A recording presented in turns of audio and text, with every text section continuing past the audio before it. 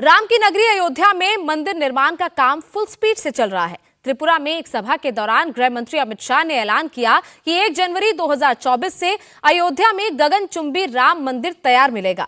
इसके बाद सियासी पारा गर्म हो गया। बिहार आरजेडी के अध्यक्ष जगदानंद सिंह ने कहा कि नफरत की जमीन पर मंदिर का निर्माण हो रहा है, जिसके चलते भारत में सिर्फ उन्मादियों के राम बचेंगे। उन्होंने कहा कि हम हे राम वाले हैं, जय श्री राम वाले नहीं। तो ये बड़ा बयान जगदानंद सिंह की तरफ से आया। देखो कि अब कन से सिमट करके केवल उस पत्थरों की चारदीवारी में राम चले गए, जहाँ नफरत की जमीन पर राम के मंदिर का निर्माण हो रहा है, जहाँ की अब इंसानियत से बड़ा इस भारत में उन्मादियों के अब राम बचेंगे। अब लोगों के, गरीबों के, झोपड़ी वालों के, तुलसी के राम, अयोध्या के राम, सबरी की जूठन बैल खाने वाले राम अब भारत में नहीं, बल्कि पत्थरों के भीतर एक कैद केवल राम रहेंगे। ये सिर्फ एक छोटे से बेडरूम से मशरूम की खेती करके महीने का 50,000 कमा रही हैं। मशरूम खेती सीखनी है तो फ्रीडम ऐप को अभी डाउनलोड कीजिए। बाकी सब जगह से राम खत्म हो गए, यही न हुआ। ये हम कहते हैं 1 तारीख से अब राम होंगे, अब बाकी अब तक क्या थे। भारत की भूमि मानी जाती थी राममय है, कृष्णमय है, अब सब खत्म होगा। भारत के राम भारत की कण कण में रहेंगे। आरएसएस वालों का राम जहाँ जा बैठे। तो राम के नाम पर सभी राजनीतिक पार्टियां लगातार पॉलिटिक्स करती रही हैं, जिसमें अब आरजेडी का नाम भी शामिल हो गया है। लालू की पार्टी के सीनियर लीडर जगदानंद सिंह ने मोदी सरकार पर अटैक करते हुए कहा कि राम को 4 दीवारी में कैद किया जा रहा है। सुनिए जगदानंद सिंह ने क्या कहा। राम को कभी भी भारत से, लोगों के हृदय से छीन करके किसी पत्थर के आलीशान भवन में नहीं कैद किया जा सकता।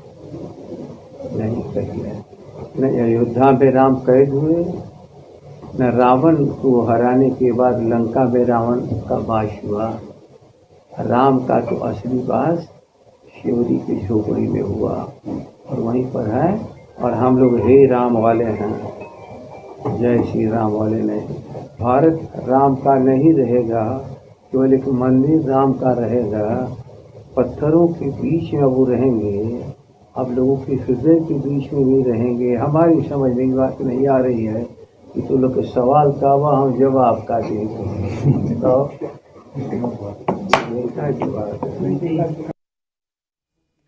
तो बिहार आरजेडी के अध्यक्ष जगदानंद सिंह का ये बयान आपने सुना, लेकिन उनके बयान से संत समाज का गुस्सा भड़क गया है।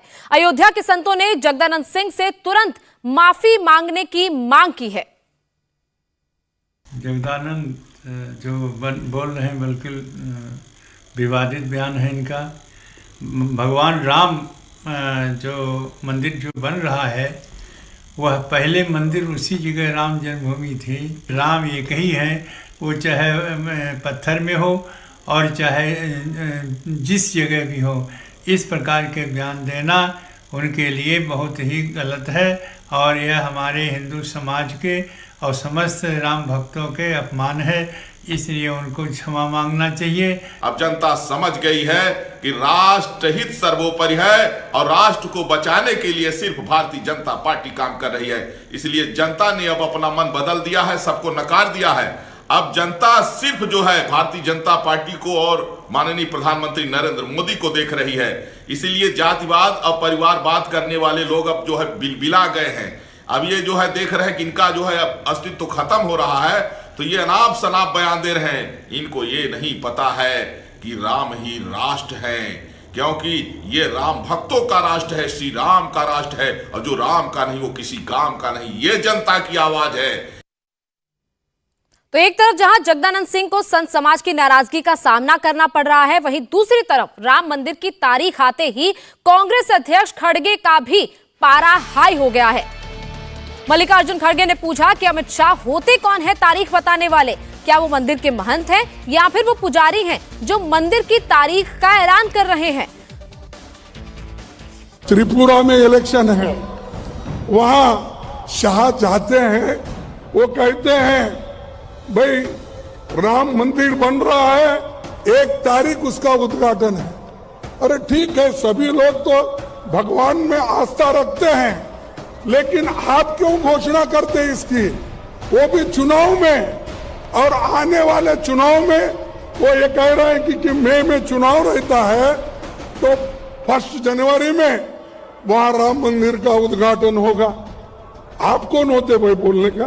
क्या राम मंदिर के पुजारी हैं आप? क्या राम मंदिर के वहां महंत हैं आप? वहां के महंत लोग बोलने दो, साधु संत बोलने दो। आप क्यों है? आप पॉलिटिशियन है।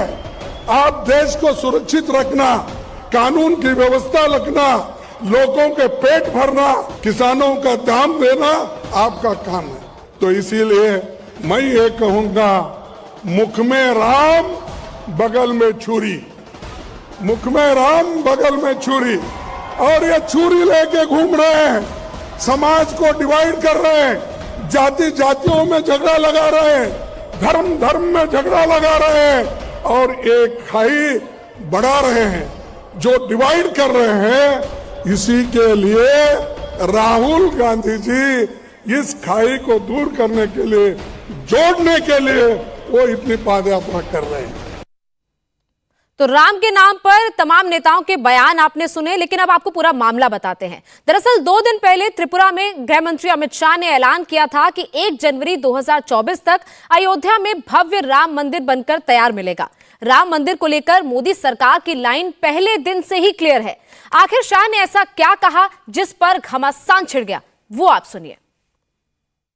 एक कांग्रेसी इसको कोर्ट के अंदर उलझा रहे थे, और session court, high court, supreme court, फिर सेशन कोर्ट। मोदी जी आए, एक दिन सुबह सुप्रीम कोर्ट का फैसला आया, और मोदी जी ने उसी दिन रामलला के मंदिर का भूमि पूजन पूरा कर मंदिर का निर्माण चालू कर दिया।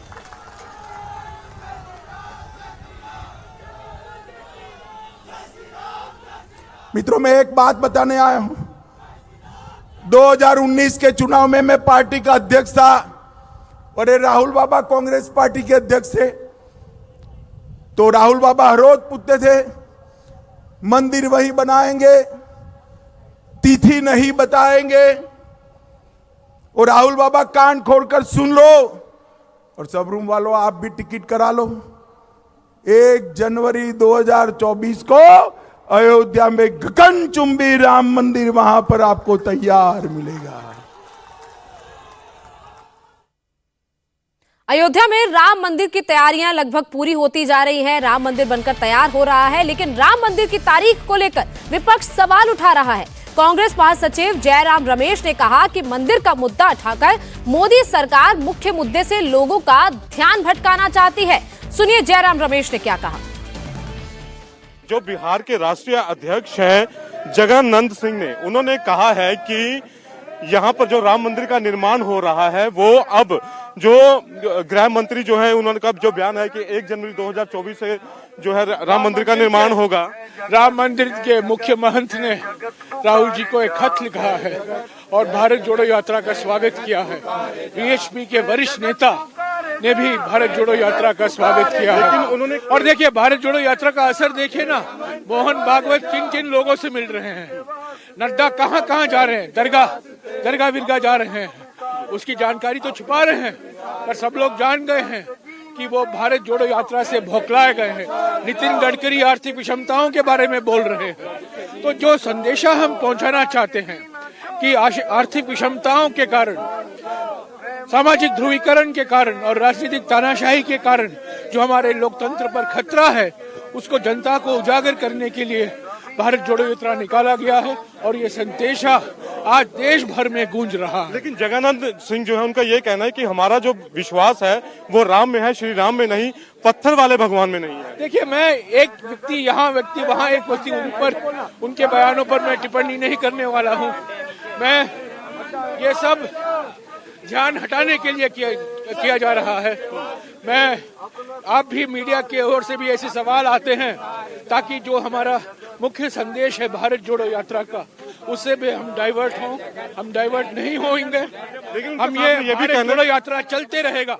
अगर आपको मुझे गंभीर सवाल पूछना है, मैं उन सवालों को जवाब देने के लिए तैयार हूँ। ये सिर्फ एक छोटे से बेडरूम से मशरूम की खेती करके महीने का 50,000 कमा रही हैं। मशरूम खेती सीखनी है तो फ्रीडम ऐप को अभी डाउनलोड कीजिए। बिहार के अंदर जो जातीय जनगणना की बात की जा रही है, अब भारत जोड़ो यात्रा की बात कर रहे हैं क्योंकि आपने सवाल किया है। कांग्रेस पार्टी, जब मैं ग्रामीण विकास मंत्री था 2011 और 2012 के बीच में, जाति के आधार पर जनगणना की गई थी, पर वो नतीजा प्रकाशित नहीं किया एनडीए सरकार ने, क्योंकि 2014 में हमारी सरकार चली गई। हमेशा हमने कहा है, कांग्रेस पार्टी का स्टैंड बिल्कुल स्पष्ट है, हमारा रवैया बिल्कुल स्पष्ट है, हमारी नीति बिल्कुल स्पष्ट है। जाति के आधार पर जनगणना होना अनिवार्य, जरूरी है, होना चाहिए जल्द से जल्द। 2021 में जनगणना हर 10 साल जनगणना होती है। 2021 से जनगणना नहीं की गई है और हमारी मांग है कि जल्द से जल्द ये जनगणना कराया जाए। तो ये थे जयराम रमेश, जो कि भारत जोड़ो यात्रा के लिए यहाँ पर पहुंचे हैं और उनका ये कहना है कि उनकी भी मांग रही है कि जाति के आधार पर जो जनगणना है वो होनी चाहिए। इंडिया टीवी हर वक्त हर जगह डाउनलोड करने के लिए सर्च करें India TV news Google play store या ऐप स्टोर पर।